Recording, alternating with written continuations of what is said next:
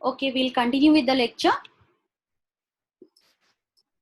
So today we'll be discussing about urinary system in the beginning, and then we'll go for endocrine system histology. Okay, right? Now let us go to this particular structure.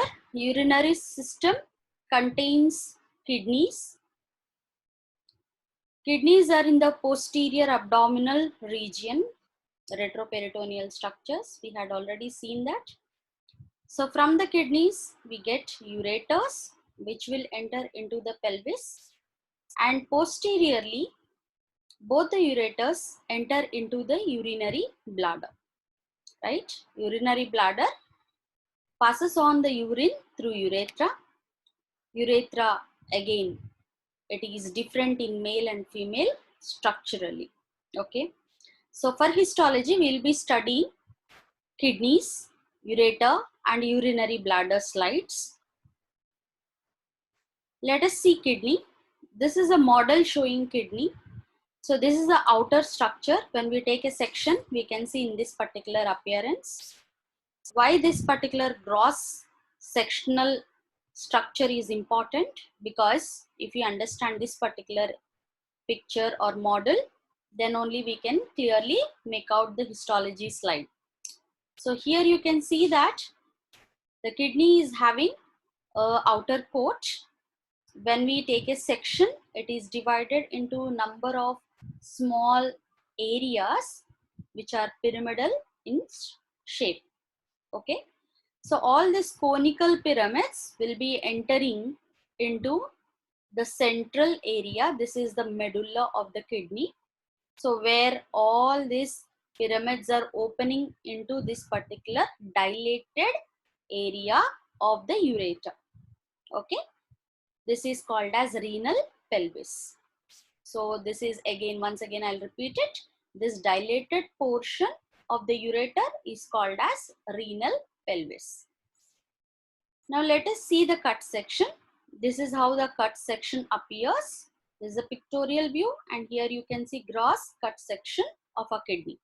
So here you can see that kidney outer area is lighter in appearance.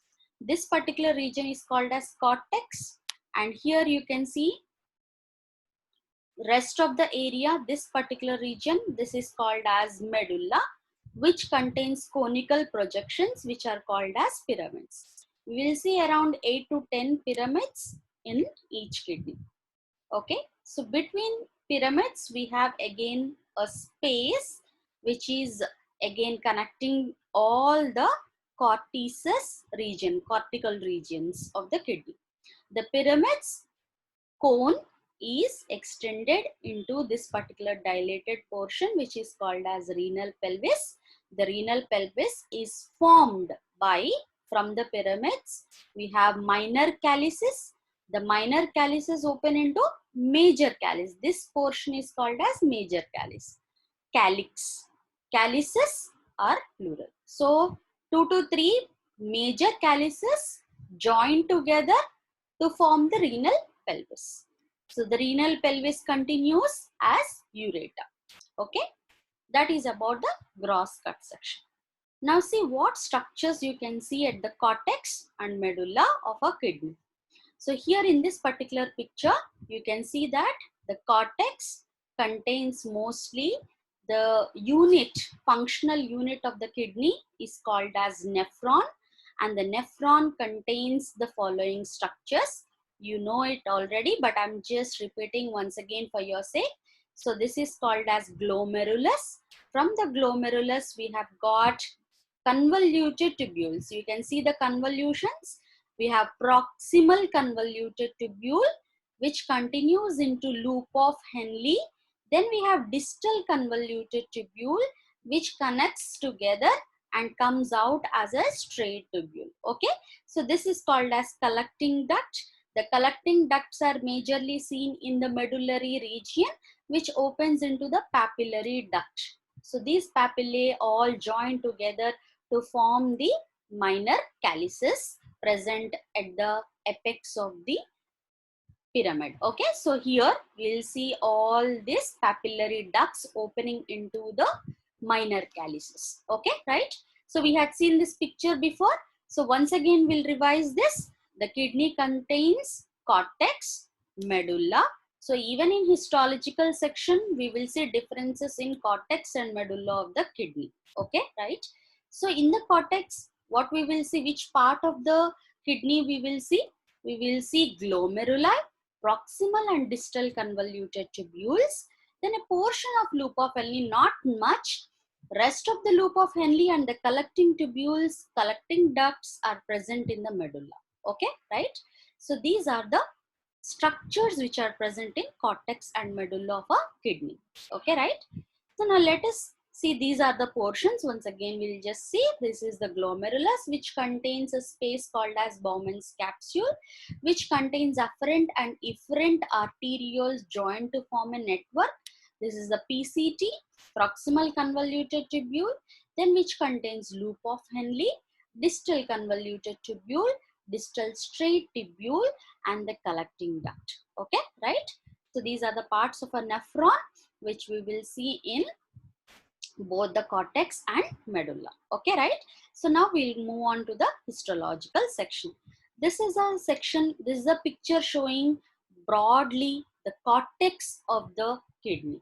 So kidney slide, if you are trying to see, it has got both vertical section and horizontal section. So if you are taking a entire kidney ka horizontal section, cross section, this is how it appears. So here what we are trying to show is basically the outer cortex region more appropriately. Okay, so here you can see more of how can I appreciate kidney structure. This is a unique structure. This kind of feature usually you can see only in kidney. If you have confusions like which other slides might resemble kidney, these are most likely you can get confused with the slides of glands. Okay, but if you see very clearly, you can see a very typical structure of glomeruli. Okay, this is a very typical structure of glomeruli. No particular clear epithelium is seen here because it has containing a space which is called as Bowman's capsule, lined by simple squamous epithelium, and rest is all made up of, if you can see my cursor, this is all made up of the blood vessel, afferent and efferent arterioles, which is inside the glomerulus, right? So this is a typical feature of kidney slide. This is how even we focus during exams, so you can clearly understand this is a slide of kidney. Okay, right? Then one more important feature what you can see is, you can see cut sections of number of PCTs and DCTs. So remember that here in this picture, if you are focusing on glomerulus, you can clearly see only PCTs and DCTs, not loop of Henle's very clearly. Okay, so one more point here in this picture I would like to highlight is the capsule. The capsule is more thicker. You can see that it is made up of peritoneum on the anterior side and also fibroareolar tissue, which is present outside the fibroareolar connective tissue sheath, which is present on the surface of the kidney. Okay, which forms a capsule. Right, clear till here? Then we'll go to the next slide. This is a picture which you can see all. This is a slide which shows this is the junction of cortex and medulla.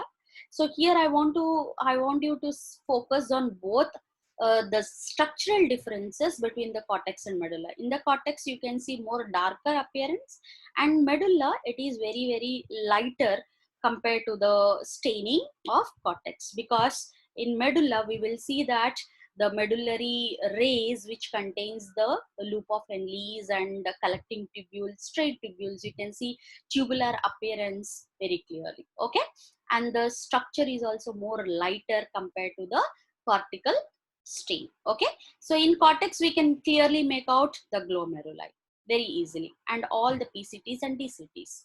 So difference between PCT and DCT I'll be explaining right now. Okay, so this is how we can see in our 10x power. If you are focusing more clearly on a glomerulus and try to appreciate what is a PCT and DCT histologically, this is where you can appreciate. Okay, so this is the glomerulus. Here you can see simple squamous epithelium lining the Bowman's capsule, and this is all afferent and efferent arterioles.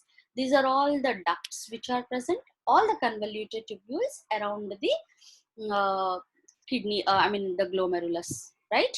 So always if I ask you to identify where is the PCT, where is the DCT, you have to just focus on one glomerulus and focus there itself. In and around we will see PCTs and DCTs. Okay. So now, I mean, you must have already studied in physiology all the Bowman's capsule and its structure. Not go into more details, but here what I want you to concentrate is on, see the difference between PCT. Here what you can see is the cells which are cuboidal in shape, and you can see nice microvilli present here. So you can see brush border ciliated column cuboidal epithelium. Okay, so it is cuboidal epithelium. Even in DCT we will see cuboidal epithelium, but both the epithelia, what is the only difference? In PCT we will see brush border ciliated epithelium with microvilli. Okay, in PCTs, in DCT it is dark cuboidal cells without any brush border. That is the only difference between PCT and DCT. Okay, so now here you can see this picture, PCT. At this corner you can see this is also PCT, this is the DCT. So here you can see in this particular structure you can see the villus appearance. How can we make difference between the both are lined by cuboidal epithelium. We can see the length and width of the each cell is same. The nucleus is rounded, larger, almost filling the cell at the center. Same here, this is also same appearance, same cuboidal cells, but only with brush border. That's the difference between PCT and DCT. Now let us just once understand the loop of Henle. In this picture you can see this is the loop of Henle, where when it is closer to this convoluted tubules, the straight tubules have cuboidal epithelium. When you come to the narrowest loop of Henle, you can see it is lined by simple squamous epithelium. Okay, so basic epithelium in the glomerulus and loop of Henle, you will see simple squamous epithelium. Rest all, you will see cuboidal epithelium. How can you make difference between cuboidal epithelium of different structures? You will have microvillus appearance in PCT, no microvilli in DCT, and rest of the straight tubules, you will see simple light stained cuboidal cells. So that's the all the different types of cut sections. So that's the difference between all the areas of kidney. So to summarize, what you have to understand, in a kidney slide, we have cortex, medulla. Kidney is lined by capsule, fibroareolar capsule. In cortex, we will see glomerulus, which is containing, it is lined by simple squamous epithelium and a space called as Bowman's capsule, which contains what afferent and efferent arterioles lined by simple squamous epithelium. And we also see PCT and DCT. We have already seen the differences in the structure. Okay, in the cortex. In medulla, we will see medullary rays, which contains straight tubules, and loop of Henle's. Straight tubules contains simple cuboidal epithelium, and loop of Henle's contains simple squamous epithelium. That is about kidney. Now let us move to the ureter and urinary bladder. These two slides are these slides to understand the urinary epithelium. Okay, so if I have to keep transitional epithelium slide for a spotting, I will definitely choose ureter slide, because transitional epithelium is very nicely seen in the ureter slide compared to urinary bladder. So in the ureter, what you have to observe is three things. First, a lumen, a star-shaped lumen. Second, the epithelium. Epithelium is transitional epithelium. Number three, what you have to observe is it is lined by three layers. That is epithelium, submucosa, and muscular area. The muscular is externa is completely filled by thick smooth muscle layers, especially the circular fibers of smooth muscle layer. Okay, right? So these are the three things which you have to observe in a ureter slide, right? Now let us take this is a different strain to show you the different contents of the ureter. See the mucosa with the transitional epithelium. This is all muscularis externa with just covering of a peritoneal covering. See the epithelium here. You can see very clearly the transitional epithelium layers, very nicely seen. This is all muscularis layer. So here what you can see, this is the transitional epithelium. Transitional epithelium, as we had studied, it can be stretched or relaxed. So here you can see all the relaxed transitional epithelium.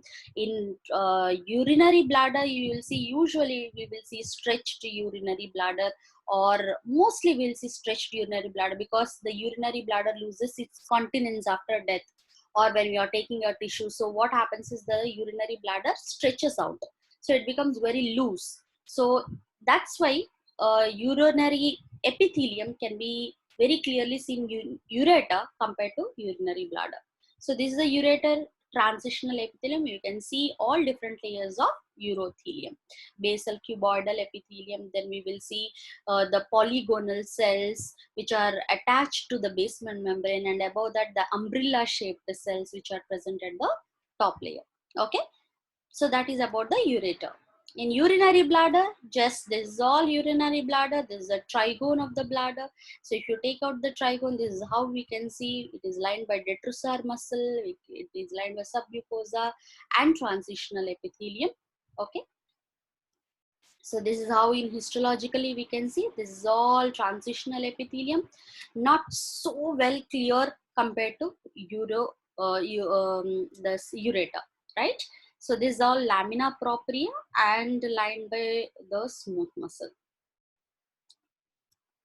This is a urothelium. This is how we can appreciate urothelium, number of layers. This is in high power. We can appreciate the cells and the nuclei present inside the urothelium, right? So this is all about the urinary system, right?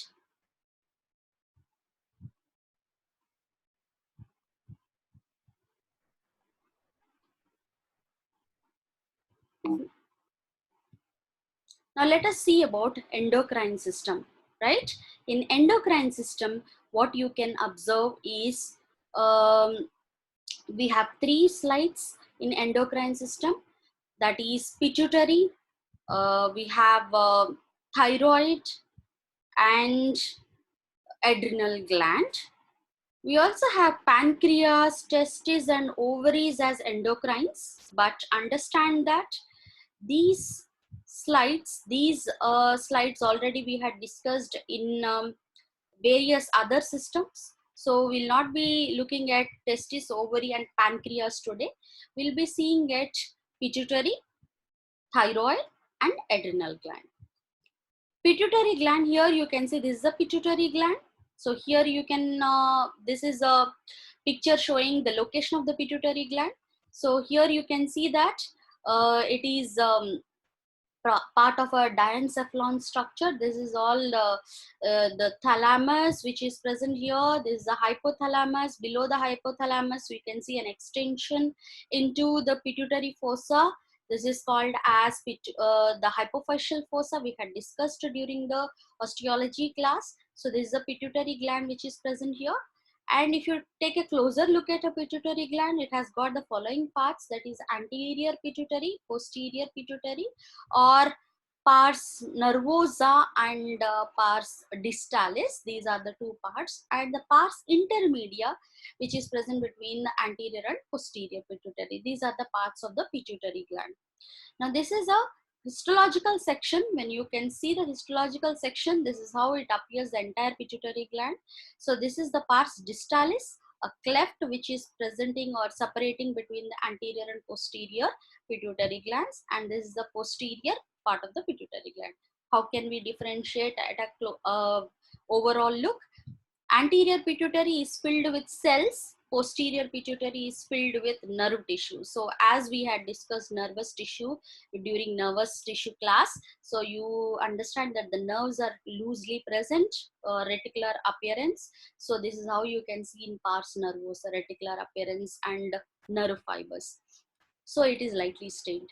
In anterior pituitary, we have got number of cells. So that's why we can see it is filled with cellular appearance. Okay, so let us take a closer look.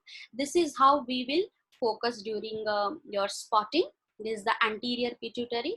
This is the posterior pituitary. In anterior pituitary, we can see cut sections of lot of glandular tissue. So inside the glands we can see number of free cells which are not connected to each other and stained with darkly eosinophilic or basophilic, or sometimes not both. Okay, they are just present without any stain. So these are the types of cells: acidophilic cells, basophilic cells, sometimes neutrophilic cells are also seen. So we will see darkly eosinophilic stain somewhere here, and you can see basophilic stained cells here. Okay, these are the different types of cells which secrete different types of hormones. So we'll not discuss hormones as of now here. So what you have to observe is, in the anterior pituitary we will see cut sections of all the types of cells with different colored stains. This is the intermediate region. You will not see much anything here.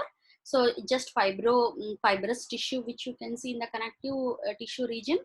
This is the posterior pituitary. Posterior pituitary is basically made up of nervous tissue. This is the typical appearance of nervous tissue. But even though you can see the nuclei of different cells here, the nuclear, these cells are called as pituocytes, which are present in the posterior pituitary. Okay, right? So the functional aspect we will not discuss here, because the function will be discussed in physiology lecture. So here you can clearly understand the difference between anterior and posterior pituitary. So I hope you can identify the slide of pituitary gland. This is how at a larger view, that is at a 10x power, you can clearly see the pituitary presence, anterior pituitary and posterior pituitary. This is at a closer look. You can see different stained slides. Some are acidophilic, some are basophilic, some are neutrophilic. We cannot see any stain inside this. Now let us have a look at thyroid gland. Thyroid gland, the location, you all know this. It is present in front of the trachea below the larynx cartilages.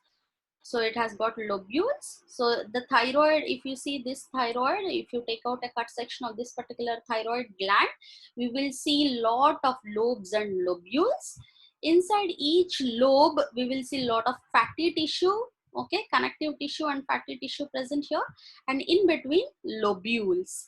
In each lobule, we will see lot of thyroid acini. The acini are filled with colloid. This is the first important feature. How you can get confused with another slide. It is just resembling like mammary gland, active mammary gland. So the difference here between the thyroid and mammary gland is, in mammary gland, the glandular appearance occupies most of the area, whereas in thyroid we have got lobulated appearance, and the cells are cuboidal, again filled with colloid. Colloid is darkly stained compared to mammary secretions. Okay, so we can clearly make out the difference. So these are called as follicles. This is a high power view of the thyroid. So here we can see cuboidal cells lining the acini, and this is the colloid thyroid secretions. This matter is called as colloid, right? So in between we will see parafollicular cells. In between the follicles we will see parafollicular cells. Okay, parafollicular cells which are present to give rise to different hormones. Hormonal part will not discuss here. So these are the nuclei. Again, high power view of the thyroid. You can see the cuboidal cells with their length and breadth of the cells are same. This is how parathyroid and thyroid together can be seen. In parathyroid, you will see free floating cells. They are not connected to each other. They are rounded cells. The nuclei are rounded. So we can make out a clear appearance. If I have a slide of thyroid and parathyroid together, this is how I'm going to focus for your examination or a spotting. Okay, so here you can make out the difference between thyroid and parathyroid. Let us have a look at adrenal gland. In adrenal gland, you can clearly see it is made up of cortex and medulla, right? So this is the cortex and this is the medulla. Cortex contains the generation types of cells. In medulla, free floating cells are present, free cells are present. In cortex, we will see three different patterns, that is zona glomerulosa, connective tissue capsule is seen above. Zona glomerulosa is present above, okay, which is arch-shaped cells, columnar cells. This is all zona fasciculata, which contains again columnar or low columnar cells with rounded nuclei. And zona reticularis, you can see the difference between glomerulosa, fasciculata and reticularis. In reticularis, you can make out the cells are separately present. And in medulla, you will see all chromaffin cells which are separately present, not connected to each other. And all the cells secrete different types of hormones. Okay. So I hope you understood about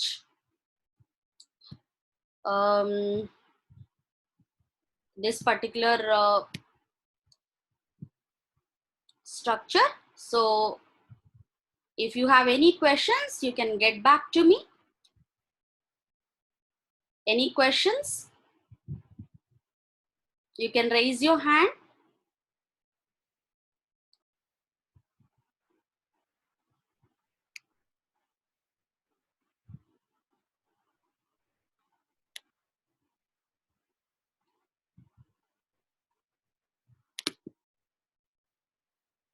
Yes, please unmute yourself.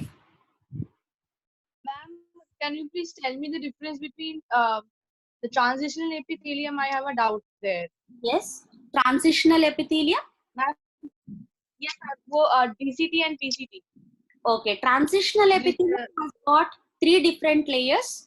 That is basal cuboidal epithelium, above polygonal epithelium, polygonal cells, and above that we have got the umbrella shaped cells. This is about the transitional epithelium.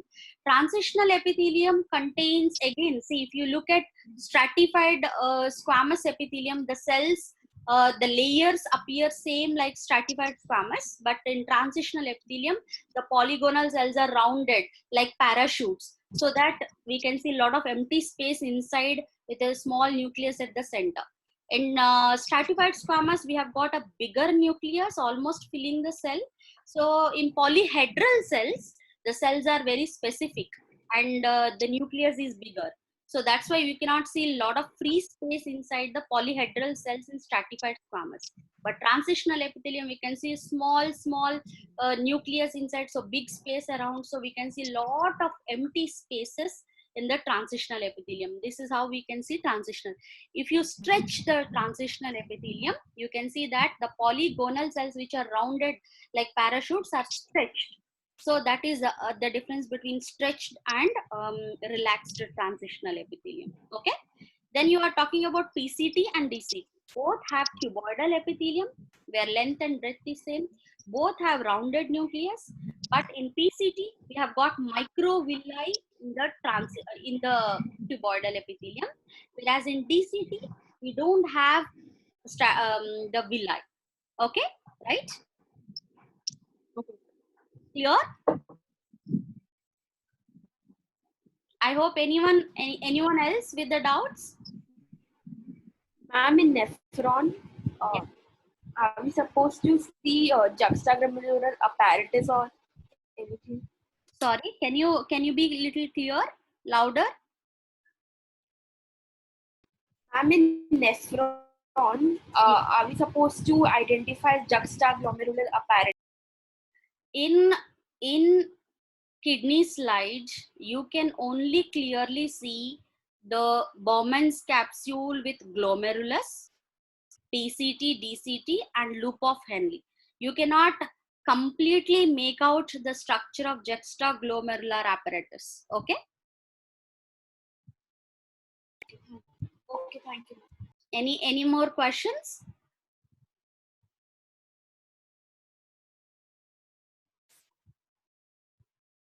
Any more questions? You can unmute yourself and you can ask the question.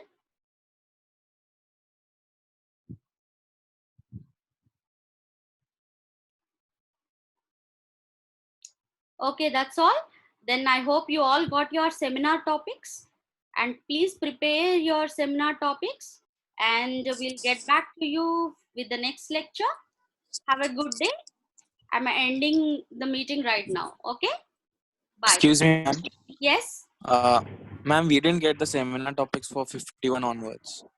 Okay, so you will be getting by today, right? Okay. Yeah. Okay, Thank you, ma'am. ma'am. Okay. Ma'am, when will the seminar start, ma'am? Seminars will be starting Excuse from me. next week onwards. Okay, sir. Okay? We'll give a specific date by today. Okay? Okay, ma'am. Any more questions? Yeah, thank you, ma'am. No. Okay, that's all then. Thank you. Have a nice day. Bye. Thank you. Thank you, ma'am. Bye, ma'am. Bye.